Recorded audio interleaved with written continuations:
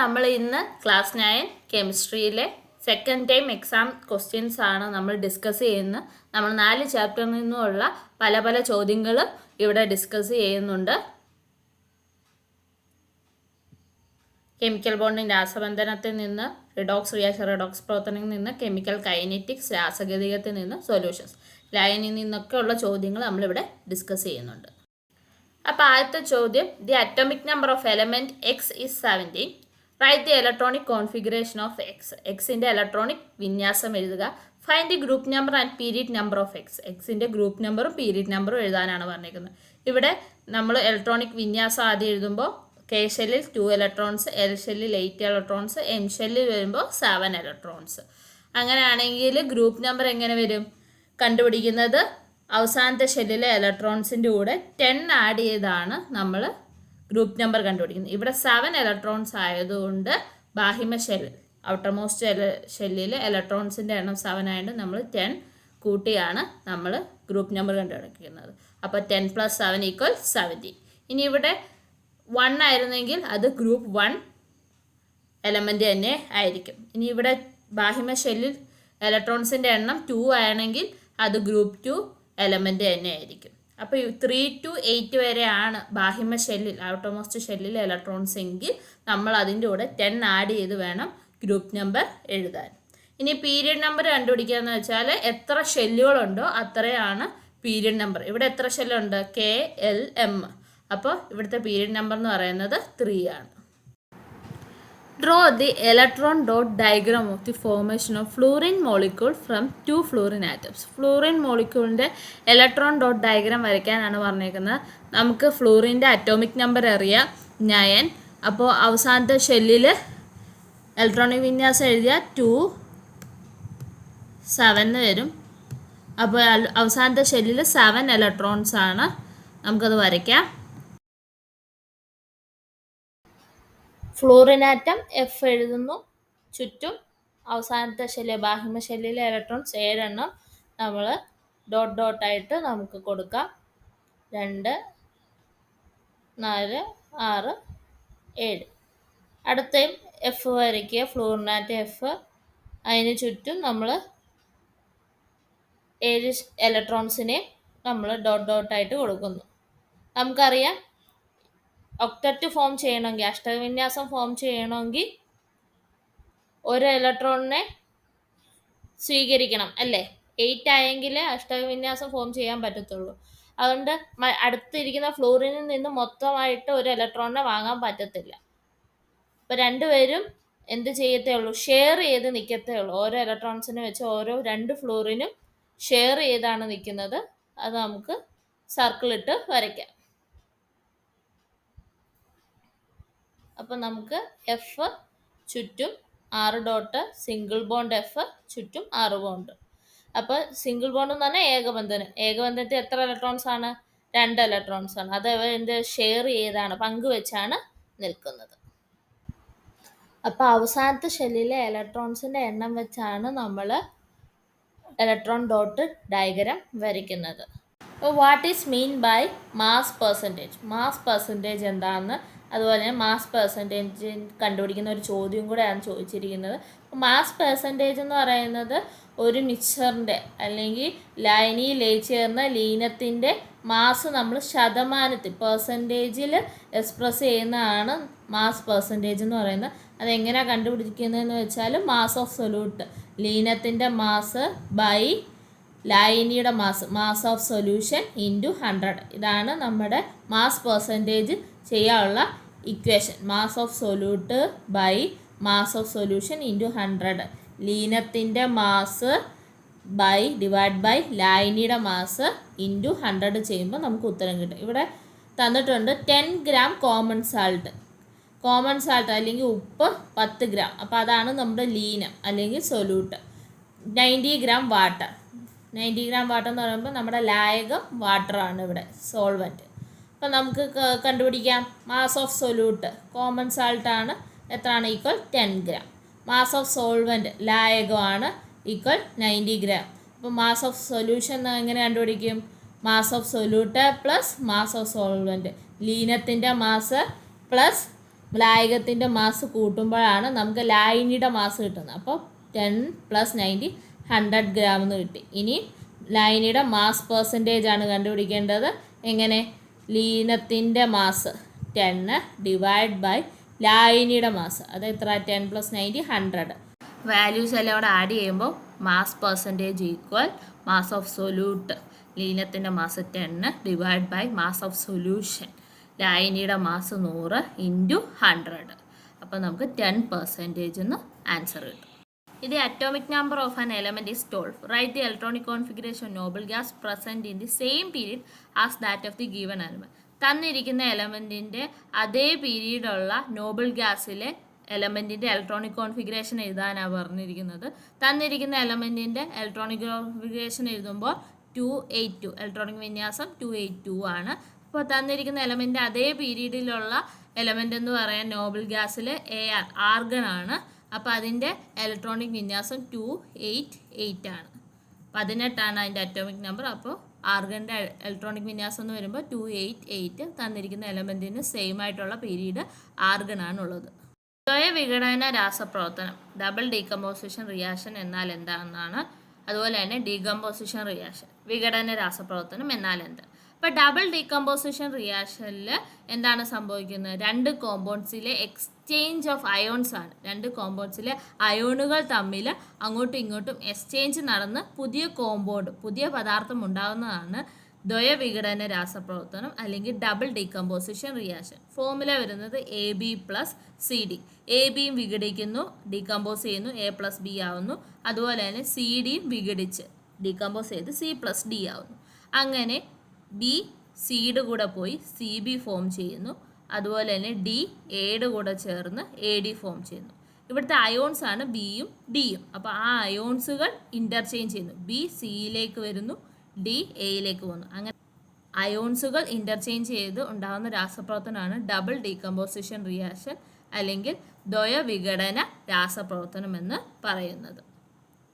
Decomposition reaction അല്ലെങ്കിൽ വിഘടന രാസപ്രവർത്തനത്തിൽ ഒരു single compound, ഒരു പദാർത്ഥം ബ്രേക്ക് ഡൗൺ ചെയ്ത് വിഘടിച്ച് ഡീകമ്പോസ് ചെയ്ത് രണ്ടിൽ കൂടുതൽ സബ്സ്റ്റൻസ് പദാർത്ഥങ്ങൾ ഉണ്ടാകുന്ന രാസപ്രവർത്തനമാണ് ഡീകമ്പോസിഷൻ റിയാക്ഷൻ അല്ലെങ്കിൽ വിഘടന രാസപ്രവർത്തനം. ഫോർമുല നോക്കിയാൽ മനസ്സിലാവും. AB gives A + B. ഒരു പദാർത്ഥം റിയാക്റ്റൻറ്റ് സൈഡിൽ അല്ലെങ്കിൽ അഭികാരിക സൈഡിൽ ഒരു പദാർത്ഥമേ കാണത്തുള്ളൂ. അത് വിഘടിച്ച് ഡീകമ്പോസ് ചെയ്ത് രണ്ടിൽ കൂടുതൽ സബ്സ്റ്റൻസുകൾ ഉണ്ടാകുന്നതാണ് വിഘടന രാസപ്രവർത്തനം അല്ലെങ്കിൽ ഡീകമ്പോസിഷൻ റിയാക്ഷൻ എന്ന് പറയുന്നത്. എക്സാമ്പിൾ വാട്ടറിൻ്റെ വിഘടന രാസപ്രവർത്തനം തന്നിട്ടുണ്ട്. അതുപോലെ തന്നെ കാൽഷ്യം കാർബണേറ്റിൻ്റെ. അഭികാരികളുടെ സൈഡിൽ അല്ലെങ്കിൽ റിയാക്റ്റൻറ്റ് സൈഡിൽ ഒരു സംയുക്തമേ കാണത്തുള്ളൂ. അത് വിഘടിച്ചാണ് നമുക്ക് രണ്ടിൽ കൂടുതൽ പ്രോഡക്റ്റ് കിട്ടുന്നത്. The scientist who propose the law of conservation of mass. Mass സംരക്ഷണ നിയമം പ്രൊപ്പോസ് ചെയ്ത ശാസ്ത്രജ്ഞൻ ആരാണെന്ന് ചോദിച്ചേക്കുന്നത് ആന്റോണി ലാവോയ്സർ ആണ് മാസ് സംരക്ഷണ നിയമം അല്ലെങ്കിൽ law of conservation of mass propose ചെയ്ത ശാസ്ത്രജ്ഞൻ. എന്താണ് law? In a chemical reaction total mass of the reactants will be equal to the total mass of the reactants. ഒരു രാസപ്രവർത്തനത്തിൽ അഭികാര്യങ്ങളുടെ മാസും ഉൽപ്പന്നങ്ങളുടെ മാസും തുല്യമായിരിക്കും. What type of chemical bond is present in NaCl? Justify your answer. Hint: atomic number sodium 11, chlorine 17. അപ്പോൾ തന്നിരിക്കുന്ന NaClലെ രാസബന്ധനം എങ്ങനെയുള്ളതാണ്? നിങ്ങളുടെ ഉത്തരം സാധൂകരിക്കാനാണ് പറഞ്ഞിരിക്കുന്നത്. Sodium chloride NaClലെ ionic ബോണ്ടാണ് രൂപപ്പെടുന്നത്. എങ്ങനെയാണെന്ന് വെച്ചാൽ സോഡിയത്തിൽ അറ്റോമിക് നമ്പർ 11 ആണ്. കോൺഫിഗറേഷൻ എഴുതുമ്പോൾ 281 എന്നാണ്. അവസാനത്തെ ഷെല്ലിലെ ഇലക്ട്രോൺസിൻ്റെ എണ്ണം 1 ആണ്. അതുപോലെ തന്നെ ക്ലോറിൻ്റെ വരുമ്പോൾ 287 ആണ് ഇലക്ട്രോണിക് വിന്യാസം വരുമ്പോൾ. അപ്പോൾ അവസാനത്തെ ഷെല്ലിലെ ഇലക്ട്രോൺസിൻ്റെ എണ്ണം 7 ആണ്. അപ്പോൾ അത് ഒക്ടറ്റ് ഫോം ചെയ്യണമെങ്കിൽ, അഷ്ടക വിന്യാസം ഫോം ചെയ്യണമെങ്കിൽ സോഡിയം ഒരു ഇലക്ട്രോണിനെ ആർക്ക് കൊടുക്കുന്നു? ക്ലോറിന് കൊടുക്കുന്നു. അങ്ങനെ അവിടെ അയോണിക് ബോണ്ടാണ് ഉണ്ടാകുന്നത്. സോഡിയം അതിൻ്റെ പുറം ഷെല്ലിൽ ഒരു ഇലക്ട്രോൺ ഉണ്ട്. ക്ലോറിന് 7 ഇലക്ട്രോൺ ആണ് അതിൻ്റെ പുറം ഷെല്ലിലുള്ളത്. സോഡിയം ഒരു ഇലക്ട്രോണെ നഷ്ടപ്പെടുത്താൻ ശ്രമിക്കുന്നു. ഇത് സ്ഥിരത കൈവരിക്കാനാണ് ഇങ്ങനെ ചെയ്യുന്നത്. അതുപോലെ തന്നെ ക്ലോറിനും ഒരു ഇലക്ട്രോണിനെ നേടാൻ ശ്രമിക്കുന്നു. ഇതും സ്ഥിരത, ഈ 7 ഇലക്ട്രോൺസേ ഉള്ളൂ. അപ്പോൾ ബാഹ്യമശല്യയിൽ ഒരു ഇലക്ട്രോൺസുകളെ നേടി സ്ഥിരത കൈവരിക്കാനാണ് സോഡിയത്തിൽ നിന്ന് ഒരു ഇലക്ട്രോൺസിനെ വാങ്ങുന്നു. അങ്ങനെ NaCl തമ്മിൽ ബോണ്ടിങ് അയോണിക് ബോണ്ടിങ് ആണ് ഉണ്ടാകുന്നത്. ഇവിടെ Na ഒരു ഇലക്ട്രോണിനെ മൊത്തമായി കൊടുക്കുകയാണ് ക്ലോറിന്. അതുകൊണ്ടാണ് അയോണിക് ബോണ്ട് ഉണ്ടാകുന്നത്, അയോണിക് ബന്ധനം ഉണ്ടാകുന്നത്. Homogeneous mixture, heterogeneous mixture. ഏകാത്മക മിശ്രിതവും ഭിന്നാത്മക മിശ്രിതവും എന്നാൽ എന്ത്? What is difference between oxidation and reduction? ഓക്സീകരണവും നിരോക്സീകരണവും തമ്മിലുള്ള വ്യത്യാസം എന്ത്? Homogeneous mixture is the mixture which the composition is uniform throughout. മിശ്രിതത്തിൻ്റെ എല്ലാ ഭാഗത്തും ഒരേ ഗുണം കാണിക്കുന്നവയാണ് ഏകാത്മക മിശ്രിതങ്ങൾ അല്ലെങ്കിൽ ഹോമോജീനിയസ് മിക്സ്ചർ. ഷുഗർ സൊല്യൂഷൻ ഒരു എക്സാമ്പിളാണ്. Heterogeneous mixture is a mixture in which the components are not uniformly distributed. ഒരു മിശ്രിതത്തിൻ്റെ എല്ലാ ഭാഗത്തും ഘടകങ്ങൾ ഒരേ അനുപാതത്തിലല്ല ചേർന്നിരിക്കുന്നതെങ്കിൽ ആ മിശ്രിതത്തെ ഭിന്നാത്മക മിശ്രിതം എന്ന് വിളിക്കാം. ചോക്ക് പ്ലസ് വാട്ടർ എന്താണ്? ഒരു ഭിന്നാത്മക മിശ്രിതത്തിൽ ഹെറ്ററോജീനിയസ് മിക്സ്ചറിന് എക്സാമ്പിളാണ്. ഹോമോജീനിയസ് അല്ലെങ്കിൽ ഏകാത്മക മിശ്രിതത്തിന് പഞ്ചസാര ലായനി എക്സാമ്പിളാണ്. ഇനി ഓക്സിഡേഷൻ, ഓക്സീകരണം, ഇലക്ട്രോണിനെ നഷ്ടപ്പെടുത്തുന്നത്, റിമൂവൽ ഓഫ് ഇലക്ട്രോൺ ആണ് ഓക്സീകരണം, ഓക്സിഡേഷൻ എന്ന് പറയുന്നത്. ഇവിടെയുള്ള ഏജന്റ് നിരോക്സകാരി, റെഡ്യൂസിങ് ഏജന്റ് ആണ്. റിഡക്ഷൻ, നിരോക്സീകരണം എന്ന് പറയുന്ന ഇലക്ട്രോണിനെ നേടിയെടുക്കുന്ന പ്രക്രിയയാണ് നിരോക്സീകരണം. റിഡക്ഷൻ എന്ന് പറയുന്നത് ഇവിടുത്തെ ഏജന്റ് എന്ന് പറയുന്ന ഓക്സീകാരി അല്ലെങ്കിൽ ഓക്സിഡൈസിങ് ഏജന്റ്. അപ്പോൾ സൊല്യൂഷനിലെ ലായനികളിലെ കുറച്ച് കാര്യങ്ങളും കൂടെയാണ് നമ്മൾ നോക്കുന്നത്. വെള്ളവും പഞ്ചസാരയും ചേർന്ന മിശ്രിതം ഒരു യഥാർത്ഥ ലായനിയാണ്. ഇവ ഏകാത്മക മിശ്രിതമാണ്, ഹോമോജീനിയസ് മിശ്രിതമാണ് ട്രൂ സൊല്യൂഷൻ എന്ന് പറയുന്നത്. കാരണം ഘടകങ്ങൾ മിശ്രിതത്തിൻ്റെ എല്ലാ ഭാഗത്തും ഒരേ അനുപാതത്തിലായിരിക്കും ചേർന്നിരിക്കുന്നത്. അപ്പോൾ പഞ്ചസാര ലായനി ഒരു ട്രൂ സൊല്യൂഷനാണ്. ഹോമോജീനിയസ് മിക്സ്ചറിന് ഏകാത്മക മിശ്രിതത്തിന് എക്സാമ്പിളാണ്. ചോക്കുപൊടി വെള്ളത്തിൽ കലർത്തിയ മിശ്രിതം എന്ന് പറയുന്നത് സസ്പെൻഷൻ എന്ന പേരിലാണ് അറിയപ്പെടുന്നത്. ഇവ ഭിന്നാത്മക മിശ്രിതമാണ്, ഹെറ്ററോജീനിയസ് മിക്സ്ചറാണ്. ഇനി യഥാർത്ഥ ലായനിയും ട്രൂ സൊല്യൂഷനും അതുപോലെ തന്നെ സസ്പെൻഷനും തമ്മിലുള്ള വ്യത്യാസമാണ് നോക്കുന്നത്. യഥാർത്ഥ ലായനി ലീനകണങ്ങളുടെ വലിപ്പം തീരെ കുറവായിരിക്കും. സൊല്യൂട്ട് പാർട്ടിക്കിൾസിൻ്റെ സൈസ് വളരെ കുറവാണ്. നഗ്ന നേത്രങ്ങൾ കൊണ്ടോ സൂക്ഷ്മദർശിനി ഉപയോഗിച്ചു പോലുമോ ഇവയെ കാണാൻ പറ്റത്തില്ല. യഥാർത്ഥ ലായനി ട്രൂ സൊല്യൂഷനിലെ പാർട്ടിക്കിൾസിനെ നമുക്ക് നമ്മുടെ നേക്കഡ് ഐ കൊണ്ടോ മൈക്രോസ്കോപ്പ് കൊണ്ട് പോലും നമുക്ക് കാണാൻ സാധിക്കില്ല. തീരെ ചെറിയ കണങ്ങളായതിനാൽ അവയ്ക്ക് പ്രകാശത്തെ വിസ്തരിപ്പിക്കാൻ കഴിയില്ല. ചെറിയ പാർട്ടിക്കിൾസ് ആയതിനാൽ അത് ലൈറ്റിനെ സ്കാറ്റർ ചെയ്യാൻ സാധിക്കില്ല. അതുകൊണ്ട് നമുക്ക് പ്രകാശപാത ദൃശ്യമാകില്ല. അതുപോലെ തന്നെ അവിടെ പാർട്ടിക്കിൾസ് സെറ്റിൽ ഡൗൺ ചെയ്യില്ല, അടിയത്തുമില്ല. ഇനി സസ്പെൻഷനിൽ നോക്കുവാണെങ്കിൽ ലീനകണങ്ങൾ നമുക്ക് നേത്രങ്ങൾ കൊണ്ട് കാണാൻ കഴിയുന്ന അത്ര വലിപ്പമുള്ളതാണ്. നമ്മുടെ നേക്കഡ് ഐ കൊണ്ട് തന്നെ സസ്പെൻഷനിലെ ലീനകണങ്ങളെ, സൊല്യൂട്ട് പാർട്ടിക്കിൾസിനെ കാണാൻ സാധിക്കും. അത്ര വലിപ്പമുള്ളതാണ്. അവ പ്രകാശത്തെ വിസരിപ്പിക്കുന്നു, കാരണം ലൈറ്റിനെ സ്കാറ്റർ ചെയ്യാൻ അവ സഹായിക്കുന്നു. ഇവിടെ ഗുരുത്വാകർഷണം കാരണം, ഗ്രാവിറ്റി കാരണം കണങ്ങൾ ക്രമേണ അടയുന്നു, പാർട്ടിക്കിൾസ് സെറ്റിൽ ഡൗൺ ചെയ്യുന്നു. കൂടാതെ ആ പാർട്ടിക്കിൾസിനെ അല്ലെങ്കിൽ കണങ്ങളെ നമുക്ക് അരിച്ചെടുക്കാനും സാധിക്കും. ലയിക്കുന്ന പദാർത്ഥത്തെ ലീനം, സൊല്യൂട്ട് എന്നും ഏതിലാണോ ലയിക്കുന്നത് അതിനെ ലായകം, സോൾവെൻ്റ് എന്നും പറയുന്നു. ലീനം ലായകത്തിൽ ലയിക്കുമ്പോൾ ലായനി ഉണ്ടാകുന്നു. പഞ്ചസാര ലായനി ഒരു ഏകാത്മക മിശ്രിതമാണെന്ന് നമ്മൾ പഠിച്ചു. 2 അതിലധികമോ പദാർത്ഥങ്ങൾ ചേർന്നുള്ള ഏകാത്മക മിശ്രിതങ്ങളാണ് ലായനികൾ. അടുത്തത് wood burns quickly when it is cut into small pieces. മരം ചെറിയ കഷ്ണങ്ങളായി മരകഷ്ണങ്ങൾ മുറിച്ചാൽ വേഗത്തിൽ കത്തുന്നതായി നമ്മൾ ശ്രദ്ധിച്ചിട്ടുണ്ട്. Which is the factor that affects the speed of reaction in this case? ഈ സാഹചര്യത്തിൽ ഈ പ്രവർത്തനത്തെ വേഗത കൂട്ടുന്ന ഫാക്ടർ, ഘടകം ഏതാണ്? How does speed of a reaction increase? ഈ പ്രവർത്തനത്തിൻ്റെ വേഗത എങ്ങനെയാണ് വർദ്ധിക്കുന്നത്? അപ്പോൾ ഈ ഒരു സാഹചര്യത്തിൽ മരം കഷ്ണങ്ങൾ നമ്മൾ ചെറുതായിട്ട് മുറിക്കുമ്പോൾ വേഗത്തിൽ കത്തുന്നു. അപ്പോൾ അത് എന്തുകൊണ്ടാണ്? അഭികാരങ്ങളുടെ പ്രതല പരിപ്പളവ് അല്ലെങ്കിൽ വുഡിൻ്റെ സർഫസ് ഏരിയ കൂടുന്നത് കൊണ്ടാണ് സ്പീഡ് ഓഫ് റിയാക്ഷൻ കൂടുന്നത്, അല്ലെങ്കിൽ പ്രവർത്തനം വേഗത്തിൽ നടക്കുന്നത്. When wood is cut into small pieces, നമ്മൾ മരകഷ്ണങ്ങൾ ചെറുതായി മുറിക്കുമ്പോൾ ദി സർഫസ് ഏരിയ ഇൻക്രീസസ്, പ്രതല പരിപ്പളവ് വർദ്ധിക്കുന്നു. This allows more oxygen to come into contact with the wood. മരകഷ്ണങ്ങളുമായിട്ട് സമ്പർക്കത്തിൽ കൂടുതൽ ഓക്സിജൻ മോളിക്യൂൾസിന് വന്ന് സമ്പർക്കം ചെയ്യാൻ സഹായിക്കുന്നു. അങ്ങനെ ഓക്സിഡേഷൻ പ്രക്രിയ കൂടുതലായി പെട്ടെന്ന് വേഗത്തിൽ നടക്കുകയും facilitating a faster oxidation process as a result. അങ്ങനെ വുഡ് ബേൺസ് മോർ ക്വിക്കലി. മരം കഷ്ണങ്ങൾ വേഗത്തിൽ കത്തുകയും ചെയ്യുന്നു. Hydrogen burns in oxygen to form water. Hydrogen ഓക്സിജനിൽ കത്തിയാണ് നമുക്ക് വാട്ടർ വെള്ളം ഉണ്ടാകുന്നത്. Write the balanced chemical equation of this reaction. ഈ റിയാക്ഷൻ്റെ സമീകരിച്ച രാസസമവാക്യം എഴുതാനാണ് പറഞ്ഞിരിക്കുന്നത്. അതേപോലെ calculate the mass of water formed by combination of 4 gram hydrogen and 32 gram oxygen. 4 gram ഹൈഡ്രജനും 32 gram ഓക്സിജനും ചേർന്ന് കിട്ടുന്ന വാട്ടറിൻ്റെ വെള്ളത്തിൻ്റെ മാസ് എത്രയാണെന്ന് എഴുതാനാണ് പറഞ്ഞിരിക്കുന്നത്. ഹൈഡ്രജൻ ഓക്സിജനിൽ ബേൺ ചെയ്ത് കിട്ടിയ വെള്ളത്തിൻ്റെ രാസപ്രവർത്തനവാക്യം അല്ലെങ്കിൽ ബാലൻസ്ഡ് കെമിക്കൽ ഇക്വേഷൻ എങ്ങനെ വരും? 2H2 + O2 gives 2H2OA. നമ്മൾ അഭികാര്യങ്ങളുടെ സൈഡിലും റിയാക്റ്റൻ സൈഡിലും എണ്ണം നോക്കിയാൽ ഹൈഡ്രജൻ്റെ എണ്ണം അഭികാര്യങ്ങളുടെ സൈഡിൽ 4, ഓക്സിജൻ്റെ എണ്ണം 2.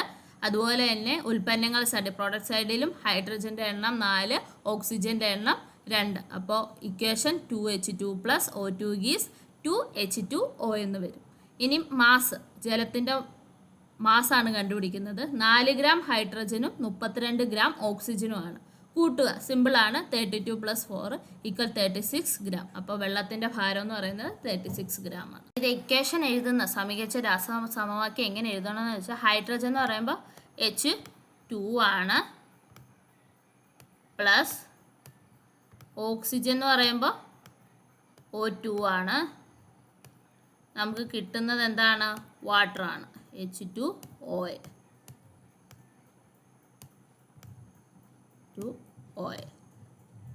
ഇവിടെ എണ്ണം നോക്കുക. അഭികാര്യങ്ങളുടെ സൈഡ് റിയാക്റ്റൻ സൈഡിൽ ഹൈഡ്രജൻ്റെ എണ്ണം 2 ആണ്, ഓക്സിജൻ്റെ എണ്ണവും 2 ആണ്. ഇനി ഉൽപ്പന്നങ്ങൾ പ്രൊഡക്റ്റ് സൈഡ് നോക്കുമ്പോൾ ഹൈഡ്രജൻ്റെ എണ്ണം 2 ആണ്, ഓക്സിജൻ്റെ എണ്ണം 1 ഉള്ളൂ.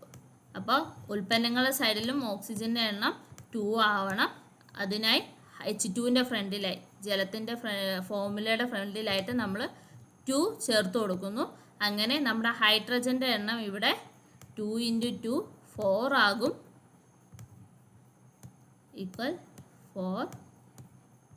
നമ്മൾ H2 മോളിക്യൂളിന് മൊത്തമായിട്ടാണ് നമ്മൾ 2 ഇട്ട് കൊടുക്കുന്നത്, അല്ല ഓക്സിജൻ്റെ താഴെയായിട്ടല്ല 2 ഇട്ട് കൊടുക്കുന്നത്. ഈ മോളിക്യൂളിൻ്റെ ഫ്രണ്ടിലായിട്ടാണ് നമ്മൾ 2 ആഡ് ചെയ്ത് കൊടുത്ത് ഓക്സിജനും 2 ആക്കുന്നത്. അങ്ങനെ ഓക്സിജൻ്റെ എണ്ണവും 2 ആവും, 1 × 2 2 ആവും.